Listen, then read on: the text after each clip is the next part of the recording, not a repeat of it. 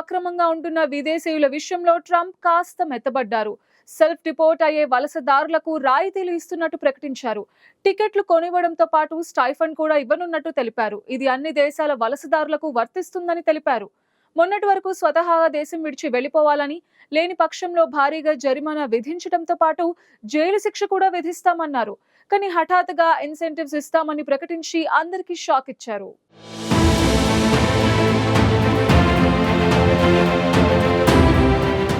అమెరికాలో విదేశీ విద్యార్థుల పట్ల కఠినంగా ఉన్న ట్రంప్ కాస్త మెత్తబడినట్లు కనిపిస్తున్నారు. అమెరికాలో అక్రమంగా ఉంటున్న వలసదారులు స్వతహాగా వెళ్లిపోవాలని ఇప్పటికే ట్రంప్ సర్కార్ ఆదేశాలు జారీ చేసింది.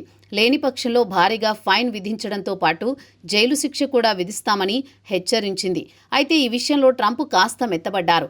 సెల్ఫ్ డిపోర్ట్ ఆప్షన్ ఎంచుకునే వలసదారులకు విమాన టికెట్లు కొనివ్వడంతో పాటు స్టైఫండ్గా కొంత డబ్బు కూడా అందజేయాలని యోచన చేస్తున్నట్లు ట్రంప్ తెలిపారు.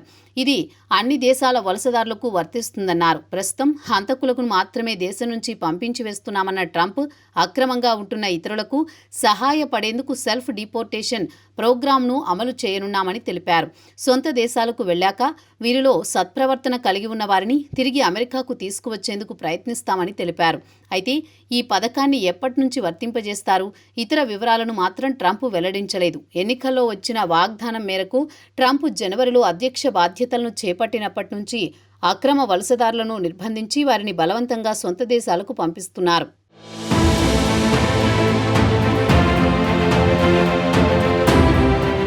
ఫాక్స్ న్యూస్ ఇంటర్వ్యూలో పాల్గొన్న సమయంలో ట్రంప్ ఈ వ్యాఖ్యలు చేశారు. ఆ సమయంలో ఓ వీడియోను ప్లే చేయగా అందులో ఉన్న వ్యక్తి తాను 20 ఏళ్ల క్రితమే అమెరికాకు వచ్చానని తెలిపాడు. అయితే ట్రంప్ చేస్తున్న చర్యలకు తాను మద్దతిస్తున్నట్లు వెల్లడించాడు.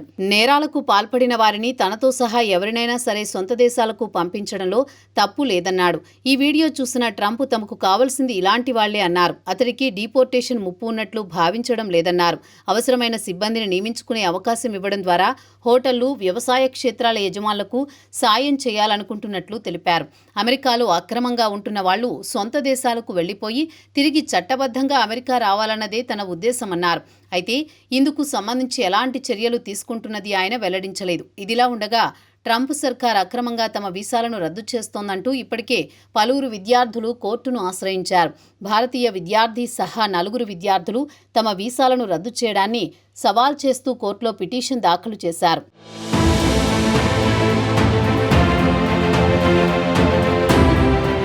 చిన్న చిన్న తప్పులను కారణాలుగా చూపించి తమను దేశం నుంచి పంపేస్తున్నారంటూ విద్యార్థులు ఆరోపిస్తున్నారు. వీసా రద్దు కావడంతో అధికారులు తమను నిర్బంధించి సొంత దేశాలకు బలవంతంగా పంపించే అవకాశం ఉందని పిటిషన్లో పేర్కొన్నారు. వీసాలను పొడిగించి చదువులు పూర్తయ్యే వరకు ఇక్కడే ఉండనివ్వాలని భారత్కు చెందిన చిన్మయ్ డియోరా, నేపాల్ వాసి యోగేష్ జోషి, చైనా విద్యార్థులు జియాంగ్ యున్ బూ, క్వియువి యంగ్ కోరారు. హోంల్యాండ్ డిపార్ట్మెంట్, ఇమిగ్రేషన్ అధికారులు తమకు ఎలాంటి ముందస్తు నోటీసు ఇవ్వకుండానే ఆన్లైన్లోనే student and exchange visitor information సిస్టంలో స్టూడెంట్ ఇమిగ్రేషన్ స్టేటస్ను రద్దు చేశారని ఆరోపించారు. ఎలాంటి కారణం చూపకుండా, నోటీస్ ఇవ్వకుండా ప్రభుత్వం వీసా రద్దు చేయడంపై వీరు తరపున తాము మిషిగన్ కోర్టులో కేసు వేశామని అమెరికన్ సివిల్ లిబర్టీస్ యూనియన్ తెలిపింది. వీరిపై ఎలాంటి కేసులు లేవని, వలస చట్టాలను వీరు ఉల్లంఘించలేదని పేర్కొంది. F1 వీసాల రద్దు కారణాలపై సంబంధిత వర్సిటీలకు ఎలాంటి వివరణ కూడా అధికారులు ఇవ్వలేదని తెలిపింది. ట్రాఫిక్ చలాన్లు, రాంగ్ పార్కింగ్, గతంలో అధికారులతో గొడవపడిన ఘటనలను సాకుగా చూపుతూ విద్యార్థులను బలవంతంగా పంపేయడం తగదని పేర్కొన్నారు. ఇదే అంశంపై న్యూ హ్యాంప్షైర్, ఇండియానా, కాలిఫోర్నియా రాష్ట్రాల్లోనూ పిటిషన్లు దాఖలయ్యాయి.